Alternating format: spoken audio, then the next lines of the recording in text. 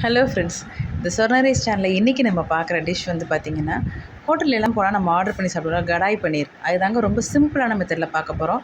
இதுக்கு ஃபஸ்ட்டு நம்ம இந்த மாதிரி வெங்காயம், தக்காளி, குடமிளகா இது மூணையுமே நீங்கள் இந்த மாதிரி கொஞ்சம் ஸ்கொயராக பெருசாக கட் பண்ணி வச்சுக்கோங்க. 1 ஸ்பூன் இஞ்சி பூண்டு விழுது, 2 பட்டைத்துண்டு, 2 கிராம்பு, மராட்டி மொக்கு 2, ஒரு 1/4 டீஸ்பூன் சோம்புங்க. பன்னீர் வந்து நல்லா நல்லா ஒரு க்யூப் ஷேப்பில் நல்லா கட் பண்ணி வச்சுக்கோங்க.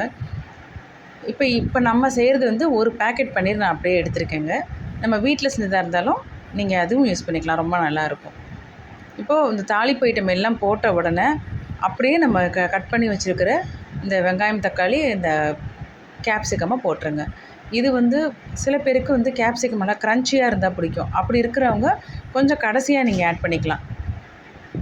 இல்லை நான் கொஞ்சம் நல்லா வந்ததுக்கப்புறமே ஆட் பண்ணிக்கிறேன் அப்படின்னாக்கா நீங்கள் இப்போவே இந்த ஸ்டேஜ்லேயே ஆட் பண்ணுங்கள். இஞ்சி பூண்டு பேஸ்ட்டையும் இப்போ ஆட் பண்ணிவிட்டு இது நல்லா உங்களுக்கு வதங்கிடணுங்க.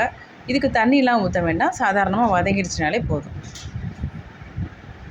உப்பு வந்து நான் இதுக்கு வந்து ஒரு 1/4 டீஸ்பூன் மட்டும் சேர்த்துக்கிறேங்க. தனி மிளகாத்தூள் தான் இதுக்கு நல்லா டேஸ்ட்டு கொடுக்கும், அதனால் தனி மிளகாத்தூள் போட்டுக்கோங்க. அது வந்து ஒரு 1/2 டீஸ்பூன் கலந்துருக்கேன். குழந்தைங்கள்லாம் சாப்பிட போகிறாங்க அப்படின்னாக்கா நீங்கள் இந்த கேப்சிகம் வந்து அவங்க சாப்பிடுவாங்கன்னா கொடுங்க, இல்லைனாக்கா நீங்கள் அதெல்லாம் எடுத்துகிட்டு கூட நம்ம கொடுத்துக்கலாங்க. இப்போ நம்ம வெட்டி வச்சு அந்த பன்னீரையும் போட்டுருச்சு.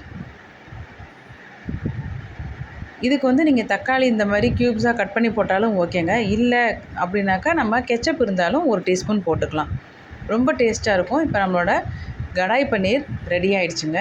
ரொம்ப சிம்பிளாக ஒரு 5 நிமிஷம் கூட ஆகாது செய்கிறதுக்கு.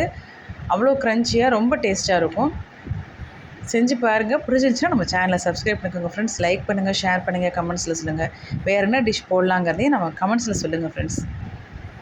நம்ம எல்லாமே வந்து சிம்பிளாக எப்படி செய்கிறது அப்படிங்கிறதுக்காக தான் நம்ம சேனலில் எல்லாருமே நம்ம போட்டுட்ருக்கோம். வீட்டில் இருக்கக்கூடிய பொருளை வச்சு நம்ம செஞ்சுருக்கோம். Bye friends.